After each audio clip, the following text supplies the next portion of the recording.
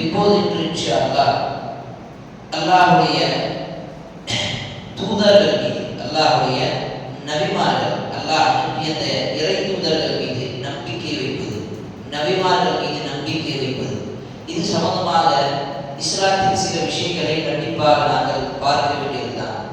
ஏனென்று சொன்னால் இதுதான் பேஸ் என்று சொல்லுவோம். எப்படி எல்லா விஷயத்துக்கும் ஒரு பேஸ் இருக்குமோ, ஒரு ஸ்கூலாக இருக்கட்டும், ஒரு காலேஜாக இருக்கட்டும், அல்லது எந்த ஒரு ஃபவுண்டேஷனாக இருக்கட்டும், அதுக்கு பேஸான ஒரு முக்கியமான சில விஷயங்கள் இருக்கும். அந்த ஃபண்டமெண்டல், அந்த முக்கியமான சில பேசிக்கான விஷயங்கள் இல்லை என்று சொன்னால் அது முழுமையாக நிர்ணயிக்க முடியாது, அது முழுமையாக அமைக்க முடியாது. அப்போது ஈமானுக்கும் இஸ்லாமுக்கும், இஸ்லாமுக்கான சில 5 கடமைகளும் ஈமானுக்காக 6 தூண்களும் இருக்கின்றன. இந்த 6 தூண்களும் குர்ஆனிலும் ஹதீஸிலும் இருக்கக்கூடிய சில ஆதாரத்தோடு சேர்க்கப்பட்டதுதான்.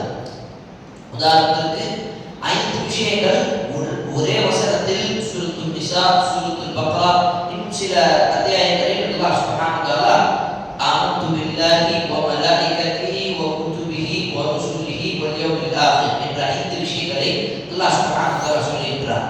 அந்த 5 விஷயங்களும் நாங்கள் ஈமான் கொள்வது, நம்பிக்கை வைப்பது ஒவ்வொரு முஸ்லிமின் மீதும் கடமை.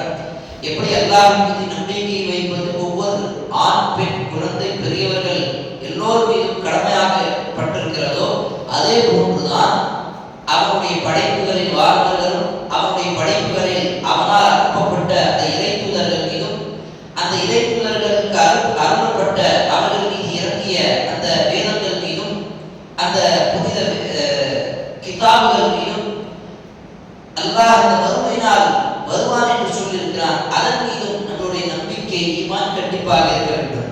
அப்படி இல்லை என்று சொன்னால் தெளிவாக, வெளிப்படையாக அந்த முஸ்லிம் என்ற அடிப்படையில் இருந்து அவன் காஃபிராக மாறிவிடுவார்.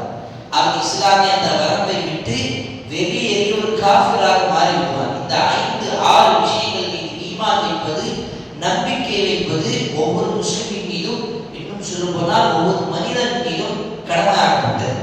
அல்லாஹ் சுப்ஹானஹு வ தஆலா இதை பற்றி சொல்லும் பொழுது சூரத்துல் பக்ராவுடைய வசனத்தில் கூறுகின்றான், கூலு, நீங்கள் சொல்லுங்கள், ஆமன்னா பில்லாஹ், நாங்கள் ஈமான் கொள்கிறோம், ஆமன்னா பில்லாஹ் பிமா உன்சில இலைக வமா உன்சில மின் கப்லிக், அந்த வேதங்கள் சம்பந்தமாக வரக்கூடிய விஷயங்களை சொல்லிவிட்டு அல்லாஹ் சொல்லுகின்றான், இந்த இப்ராஹிம், இந்த இஸ்மாயில், இந்த இஸ்ஹாக், இந்த யாக்கூப் அவர்களுடைய சந்ததிகள் இவர்கள் மீது நாங்கள் ஈமான் வைக்கின்றோம், எங்களுடைய நம்பிக்கை இருக்கிறது. அதே போன்று இன்னொரு சூரத்துல் பக்ராவுடைய அந்த வசனத்தில் நமக்கு எல்லோருக்கும் தெரிந்த ஆமன் ரசூல் என்ற சூரத்துல் பக்ராவுடைய கடைசி 2 வசனங்கள், வானத்தில் இறங்கிய வசனங்களில் ஒன்று இந்த வசனம் தான். மற்ற எல்லா வசனங்களும் ஒன்று மக்கா அல்லது மதீனா அல்லது இடைப்பட்ட அந்த இடங்களில் தாயிஃப், அந்த